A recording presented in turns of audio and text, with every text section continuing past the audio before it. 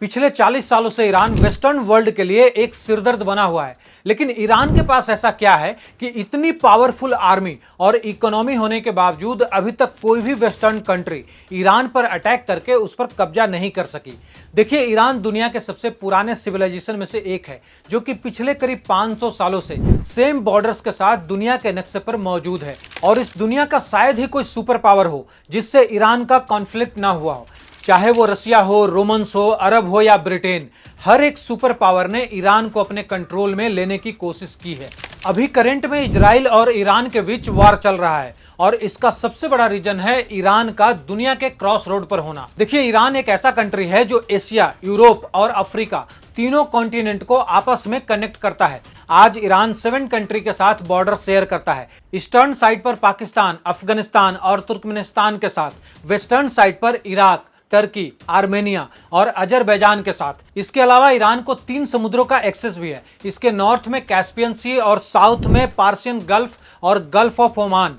Iran की south side पर ही दुनिया का सबसे इंपॉर्टेंट और खतरनाक पॉइंट भी है जिसे स्ट्रेट ऑफ हॉर्मुज कहते हैं। अगर स्ट्रेट ऑफ हॉर्मुज को समझना है कि ये कितना इंपॉर्टेंट है तो इसे ऐसे समझिए कि पूरी दुनिया की 20% ऑयल और गैस इसी स्ट्रेट ऑफ हॉर्मुज पॉइंट से गुजरकर आती है। स्ट्रेट ऑफ हॉर्मुज के पास ये 7 आइलैंड भी 1970 से ईरान के कंट्रोल में है। हालांकि इससे पहले इन सारे आइलैंड पर यूएई का कंट्रोल था। इसी तरह कैस्पियन सी में असुराडे आइलैंड ईरान के कंट्रोल में है। ईरान को अनकंकरेबल बनाने में बहुत सारे रीजन्स के साथ साथ उसकी जियोग्राफी का भी बहुत बड़ा रोल है। ईरान की हिस्ट्री, जियोग्राफी और उसकी प्रॉक्सी वॉर ने उसे इतना पावरफुल बना दिया है कि आज तक इसे कोई भी कॉन्कर नहीं कर पाया। और इसीलिए सबसे पहले हम ईरान की जियोग्राफी को समझते हैं। देखिए, ईरान की सदर्न और वेस्टर्न साइड पर जाग्रोस माउंटेन रेंज है। यह ईरान और इराक की सबसे बड़ी माउंटेन रेंज है।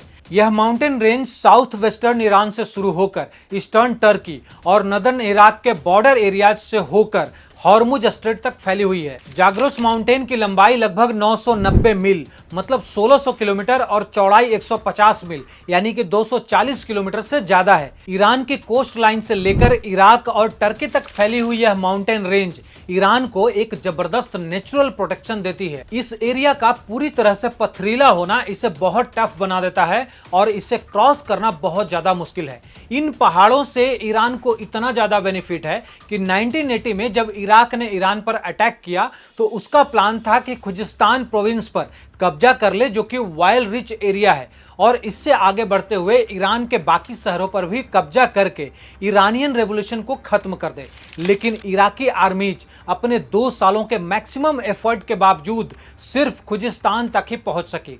उन्होंने बहुत कोशिश की कि जाग्रोस के पहाड़ों को क्रॉस करके ईरान पर कब्जा कर सके, लेकिन उसे सक्सेस नहीं मिली और फाइनली ईरानी आर्मी इराकी फोर्सेस को पीछे धकेलते हुए इराक के अंदर तक घुस गई। लेकिन जो जाग्रोस माउंटेन ईरान के लिए प्रोटेक्शन का काम करती है, वही जाग्रोस माउंटेन ईरानी फोर्सेस तक सप्लाई चेन में प्रॉब्लम क्रिएट कर रही थी।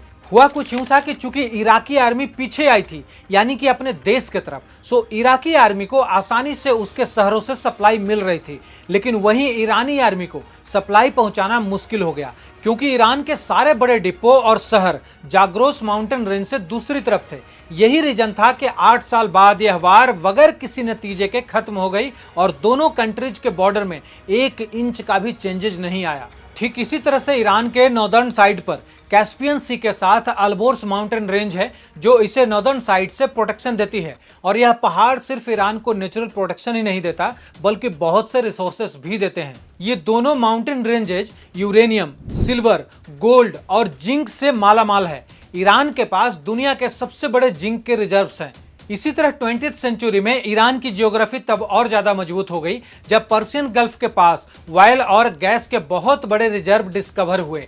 आज की डेट में पूरी दुनिया के 10% ऑयल और 15% नेचुरल गैस के रिजर्व्स ईरान के पास है। इतना ही नहीं, ईरान को एक और चीज जो प्रोटेक्शन देती है वो है 2500 किलोमीटर लंबी बंदर अब्बास की कोस्ट लाइन जो 2 समुद्रों के बीच डिवाइडेड है। बंदर अब्बास ईरान का सबसे बड़ा सी पोर्ट है जो दुनिया के एक बहुत बड़े चौक पॉइंट स्ट्रेट ऑफ हॉर्मुज से सिर्फ 70 किलोमीटर दूर है और यही पॉइंट आज ईरान का सबसे बड़ा जियोपॉलिटिकल लेवरेज भी है। अब सोचो, अगर ईरान अपनी नेवी के जरिए इस पॉइंट को ब्लॉक कर दे तो पूरी दुनिया की इकोनॉमी कोलैप्स कर जाएगी, क्योंकि दुनिया की 15% एनर्जी सप्लाई भी इसी से गुजरकर एशिया और यूरोप तक जाती है। अब मान लीजिए कि कोई इस कोस्ट लाइन और दोनों माउंटेन रेंजेज को क्रॉस करके ईरान के अंदर आ भी जाए तो यहां पर दूसरा सबसे बड़ा बैरियर लूट और दस्ते कबीर डिजर्ट है। अब ये लूट डिजर्ट है ना, इसे दुनिया के सबसे गर्म जगहों में से एक माना जाता है, क्योंकि 2005 में यहाँ पर 70 डिग्री टेम्परेचर रिकॉर्ड किया गया था। इस टफ और एबनॉर्मल ज्योग्राफी के वजह से ही ईरान को कॉन्कर करना ऑलमोस्ट इम्पॉसिबल रहा है। लेकिन आज की डेट में जो दूसरी चीज ईरान को इतना पावरफुल बनाती है वो है इसकी जियोपॉलिटिकल स्ट्रेटजी। सबसे पहले अगर हम ईरान के डेमोग्राफिक्स को देखें तो इसकी पॉपुलेशन तकरीबन 9 करोड़ है, जिसमें 95% शिया मुस्लिम है। ईरान में 62% लोग पार्सियन हैं, 16% अजारी, 10% कुर्द और बाकी 12% में बलोच, लूर, अरब और टर्किक हैं। 1979 के सिया रेवोल्यूशन से पहले ईरान एक लिबरल कंट्री था और अमेरिका के साथ अलायंस था। इवन उस टाइम अमेरिका ईरान को मिलिट्री जेट्स तक सप्लाई किया करता था। लेकिन फिर इमाम खुमैनी के आने के बाद यहाँ सारे डायनेमिक्स चेंज हो गए। इवन कि जिस इजराइल के साथ आज ईरान लड़ाई लड़ रहा है उसी इजराइल के साथ 1979 से पहले बहुत अच्छे रिलेशंस थे। इनफैक्ट 1948 में इजराइल को एक्सेप्ट करने वाला दूसरा सबसे बड़ा मुस्लिम मेजोरिटी कंट्री था। लेकिन इमाम खुमैनी ने आते ही पैलेस्टीनियन के सपोर्ट में आवाज उठाई और ऐलान किया कि अब से इजराइल के साथ ईरान का कोई भी रिलेशन नहीं रहेगा और इजराइल ईरान का नंबर 1 एनिमी है। तेहरान ने इजराइल के साथ सारे डिप्लोमेटिक टाइज कैंसिल कर दिए और इजराइल जाने वाली सारी फ्लाइट्स कैंसिल कर दी और तेहरान में मौजूद इजरायली एम्बेसी को प्लेटिनियन एम्बेसी में कन्वर्ट कर दिया। इसका रिजल्ट ये हुआ कि ईरान का इजराइल के साथ साथ अमेरिका के साथ भी रिलेशंस खराब होने शुरू हो गए।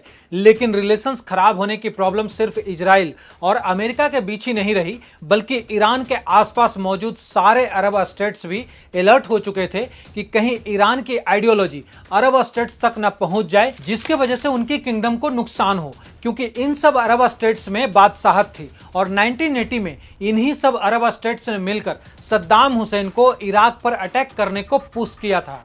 अब तक ईरान भी इस बात को समझ चुका था कि अगर उसे सरवाइव करना है तो उसे अपनी आइडियोलॉजी को दूसरे कंट्री तक पहुंचाना होगा, क्योंकि उसके और उसके सबसे बड़े दुश्मन इजराइल के बीच सारे अरब कंट्रीज हैं। इसीलिए उसे कुछ ऐसा करना होगा सो दैट कि इजराइल से दूर रहकर भी उसको थ्रेट कर सके। और इसीलिए ईरान ने ऐसे कई सारे ग्रुप्स को सपोर्ट करना शुरू किया जो एंटी इजराइल या फिर एंटी जियोनिस्ट थे, जैसे कि पैलेस्टाइन में हमास, लेबनान में हिजबुल्लाह, सीरिया में फतेम्यून ब्रिगेड, इराक में अल बदर और यमन में होसी। इन सारे नेटवर्क को द एक्सेस ऑफ रेजिस्टेंस कहा जाता है। चूंकि ईरान की इजराइल और अमेरिका से कट्टर दुश्मनी है, लिहाजा एक्सिस ऑफ रेजिस्टेंस इजराइल और अमेरिका के खिलाफ काम करता है और इसी नेटवर्क के जरिए ईरान इजराइल और इवन अरब कंट्रीज पर प्रेशर क्रिएट करता है कि वो ईरान के खिलाफ कोई भी कदम उठाने से पहले 1000 बार सोचे। और इसीलिए जब इजराइल ने गाजा पर बम बरसाना शुरू किया तो लेबनान से हिजबुल्लाह ने इजराइल पर मिसाइल फायर करना शुरू कर दिया। रेड सी से जितने भी इजरायली और अमेरिकन शिप्स गुजर रहे थे उन पर यमन से होसी ड्रोन से टारगेट करना शुरू कर दिया। ईरान के इसी प्रॉक्सी वॉरफेयर स्ट्रेटजी ने उसे काफी ज्यादा डेंजरस बना दिया है। अब वॉरफेयर स्ट्रेटजी की बात हो रही है तो ईरान की ड्रोन टेक्नोलॉजी का जिक्र करना बहुत जरूरी है। जनवरी 2024 में जब होसी यहां से गुजरने वाले कंटेनर्स पर लगातार ड्रोन अटैक्स कर रहे थे, तब फ्रांस ने यमन के शाही ड्रोन को गिराने के लिए $1 मिलियन वाला Aster 15 surface to air missile use किया, जबकि यमन की शाही ड्रोन की कॉस्ट 20,000 यमनी डॉलर थी। यमन के होसी को ये सारे ड्रोन ईरान सप्लाई कर रहा है और इस ड्रोन का यूज इतना ज्यादा बढ़ गया है कि रसिया यूक्रेन के खिलाफ इसी ईरानी ड्रोन का इस्तेमाल कर रहा है। अमेरिकन सेंट्रल कमांड की 2022 की रिपोर्ट के मुताबिक ईरान के पास पूरे मिडिल ईस्ट में सबसे ज्यादा और मॉडर्न बैलिस्टिक मिसाइल है। ईरान के सारे मिसाइल्स 2000 किलोमीटर तक अपने टारगेट को हिट कर सकते हैं। तो इन शॉर्ट अगर हम ईरान की जियोग्राफी, उसकी प्रॉक्सी स्ट्रेटजी और ड्रोन टेक्नोलॉजी को देखें तो इसके बावजूद ईरान पर वेस्टर्न कंट्रीज की सैंक्शंस हैं और उसकी इकोनॉमी ऑफिशियल ग्राउंड पर बहुत ही कम है। ईरान एक ऐसी कंट्री के तौर पर सामने आता है जिसके पोटेंशियल के बारे में बहुत सी अनसर्टेनिटी है, चाहे उसका न्यूक्लियर प्रोग्राम हो, प्रॉक्सी नेटवर्क की फंडिंग हो या फिर मिसाइल टेक्नोलॉजी। ईरान के बारे में बहुत से ग्रे एरियाज हैं जिनकी वजह से वेस्टर्न कंट्रीज उस पर डायरेक्ट अटैक करने से डरते हैं। अगर हम सिर्फ यही एक पॉइंट को देखें कि दुनिया के दो चौक पॉइंट्स स्ट्रेट ऑफ हॉर्मुज और बाब अल मंदेब ईरान की टारगेट रेंज में है, तो यही चीज उसे बहुत पावरफुल लेवरेज दे देती है। और करंट सिचुएशन में रसिया और चाइना भी अनऑफिशियली ईरान को सपोर्ट कर रहे हैं। अभी हाल ही में जब हमास के लीडर इस्माइल हुनिये को तेहरान में असैसिनेट किया गया था, तो बहुत सारे अनकंफर्म्ड रिपोर्ट भी सामने आई कि रशियन इंटेलिजेंस और मिलिट्री जनरल ईरानियन ऑफिशियल से मिले हैं और कंफर्म किया है कि अगर ईरान इजराइल पर हमला करता है तो वो उसका साथ देंगे। वैसे फिलहाल जिस तरह से इस्माइल हुनिये को ईरान में घुसकर मारा गया, इससे तो यही साबित होता है कि ईरान की इंटरनल सिक्योरिटी सिस्टम बहुत ही कमजोर है और कुछ इंटरनल प्रॉब्लम भी है।